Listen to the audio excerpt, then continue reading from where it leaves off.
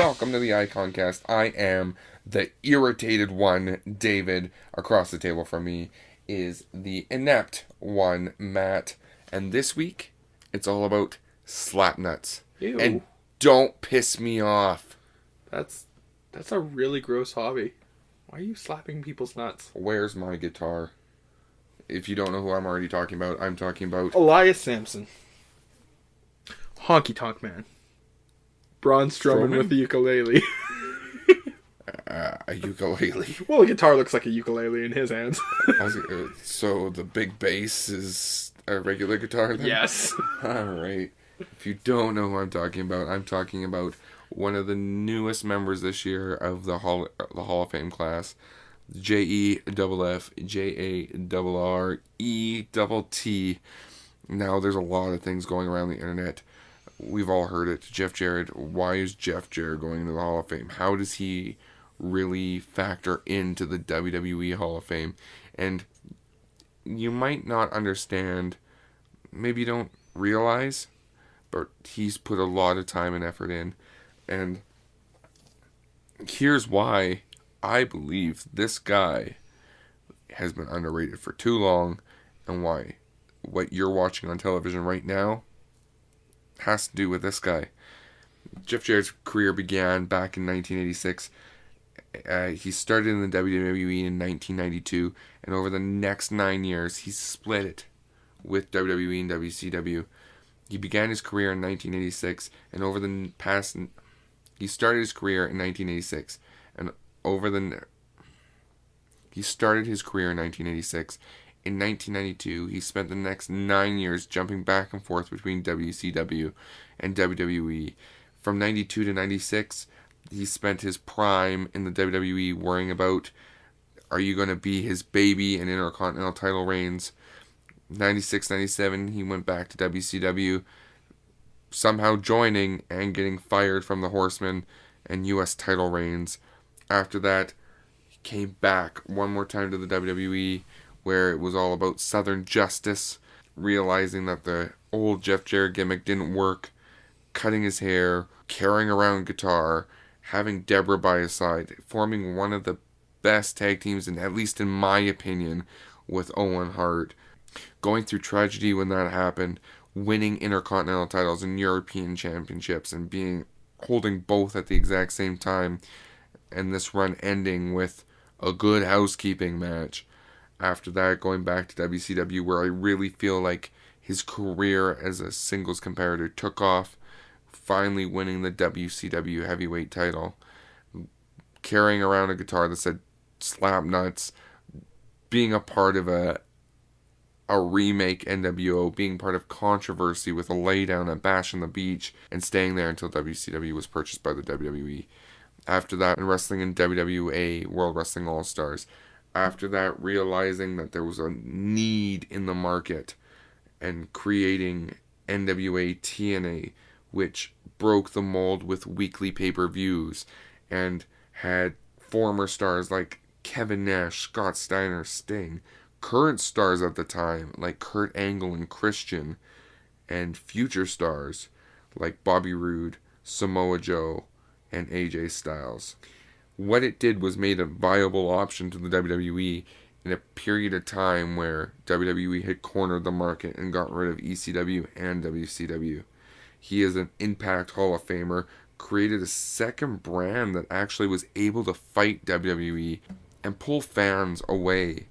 If you were to take his career and break it down in just the 3 major leagues he was in, he is a 6-time NWA TNA champion.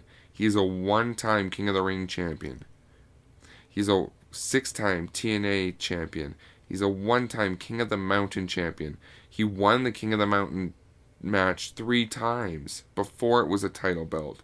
He is a 2015 TNA Hall of Famer, a 4-time WCW champion, a 3-time United States champion, a 6-time Intercontinental champion, a 1-time European champion, and a 1-time tag team champion.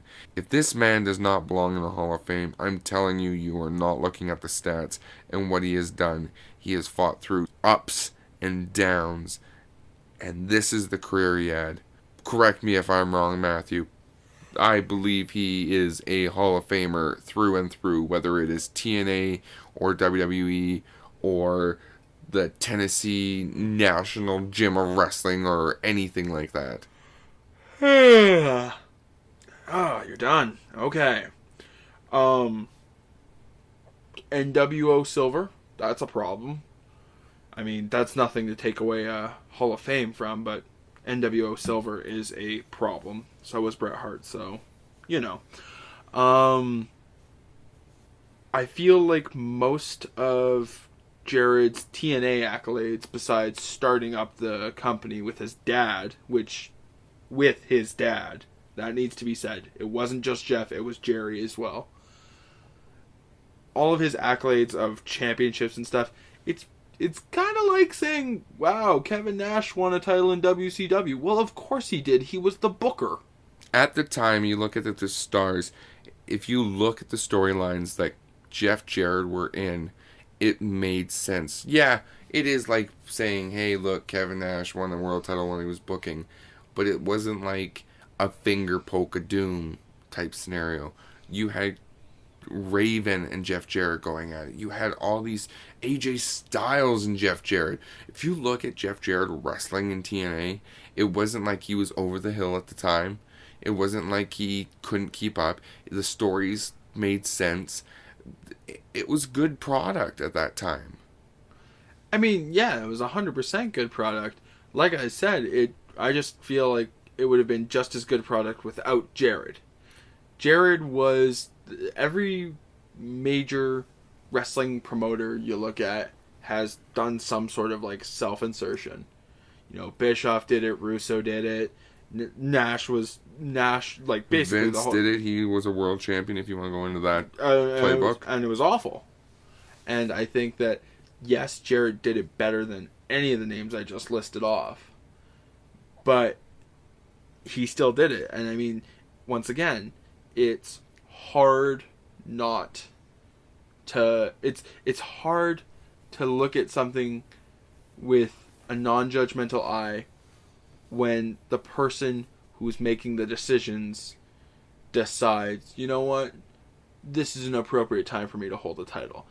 I'm just saying that while a lot of his accolades are really easily disposable. He won the WCW World title in a time when the WCW title was something it seemed like nobody wanted to hold on to. Around the time when Jarrett won was around the time when everybody was winning the title. So do you discount Booker T's championship reigns? I mean... Do you discount Scott Steiner's championship reigns? 100%. Okay, that was a bad one. But you have Booker T, who won it 5 times, which is one more than Jeff Jarrett. And he's considered a legend. He's considered he's a Hall of Famer. I mean, but you have to look at... Booker T has continued from this point. Like, I feel like giving it to someone who's outside of the company is a really weird move. I really feel like with the state anthem is in, maybe there's something more to it. Maybe this was part of the Broken Universe deal. I mean, when you look at it, the Hall of Fame isn't worth that much. They have the celebrity wing, which is a joke. There's a lot of people who are in it who definitely deserve to be in some sort of like recognition, honorable mention kind of thing. But, I mean, eventually they're gonna run out of people who have made this huge legacy, and they're gonna start picking up the Jeff Jarretts of the world. Where it's people who, you know, oh, well, you know, I guess he did some things, and because WWE doesn't even outwardly recognize TNA. So, when they give the Hall of Fame speech, it's gonna be, yeah, in 2000, Jeff Jarrett permanently retired. And that's going to be the speech. Yes, there might be something with Anthem, but you got to remember, Jeff Jarrett does not work for Anthem anymore. Jeff Jarrett's contract was terminated with Anthem. He might own some library stuff that WWE might want, and in the end, that might be why they reached out for content. But you can't tell me that if you were to walk up to Ric Flair or Booker T or anyone like that and said, hey, your ring means nothing because it's a joke, what do you think they're going to say to you? They're not going to go, yeah, you're right. No, they're going to defend it, because as much as you think it's a joke, it's not. It's a way of saying, hey, I did this in the business and I've been recognized for it. And I mean, end of day, kudos. But it's just, like I said, the Hall of Fame is not as prestigious as it may have once been. I still think it is. I think you're looking at, there is no, other than the WWE Hall of Fame, yeah, you have your Impact Hall of Fame, but your WWE Hall of Fame is the one that has legacy, tradition. It's not like there's a Hall of Fame for everybody. Yes, it is just WWE. But you know what? From what we've seen and how the world works, everyone ends up there most of the times, or they work for a company that they bought out. The right people get into this Hall of Fame, and I feel like it is the right Hall of Fame. Whether or not it's flawed, I don't know if you're ever going to see a McMahon in the Hall of Fame, other than Vince's father. I think if Vince passes away, maybe you see him. It's not bullheaded like that, where, oh, Stephanie, Hall of Famer. Triple H isn't even a Hall of Famer. So it's not like it's built around the McMahon name. It's built around the Hall of Fame itself. Just because there's a celebrity wing doesn't mean that it makes it less of a Hall of Fame to the actual wrestlers. Now, with that argument said, do you believe that Jeff Jarrett stands up to Bret Hart, Ric Flair, Bruno Sammartino, the Fabulous Freebirds? Do you feel like he stands up to those legacies? And does he stand up to Goldberg? Does he stand up to the Dudley Boys? So, well, to be fair, the Dudley Boys are one of the most decorated tag teams in fair history. enough. But do their history get discounted because they went to Impact? Yeah, it will be. Does Goldberg's, like, compare Goldberg. Goldberg is the headliner of this thing. He won X amount of WCW titles, a couple of WWE. But, so if we're comparing careers, I'd say they're a little, practically similar. Just, it's like comparing Goldberg to Miz. Do you think the Miz deserves to be in there? Yeah. But he has one world title. But it's not about amount of world titles. It's about the legacy you leave. And that's it. Jeff Jarrett, whether you want to admit it or not, has left a legacy in this business. He has built with his father a company to compete that used to be able to compete with WWE. He has helped build stars that WWE are now using. Bobby Roode, AJ Styles, Samoa Joe. And those are just the ones that I can think of off the top of my head. There's probably some that have come and gone through here.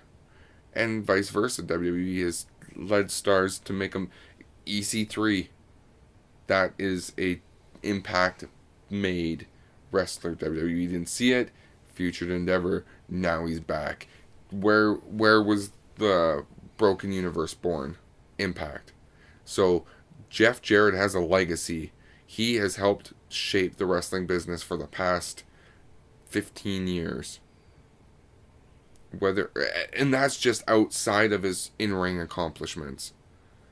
I think Jeff Jarrett deserves to be there, whether WWE is going to recognize him or not, for the real reasons why.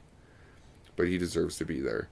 And I hope that they let AJ Styles be the one to give this, to induct him. Whether AJ wants to or Jeff Jarrett wants him to, I hope that it's AJ Styles. Because when you think of the beginning of TNA, you think AJ Styles. And he is the perfect example of what the wrestling business was able to do under Jeff Jarrett's guidance. At least in that part of it. Well, I guess we won't find out until the Hall of Fame ceremony, and we'll see what is exactly said about his career. Fair enough. As always, my name's Matt. I'm still Dave. Should hit you with a guitar. Legends come and go, but icons never die.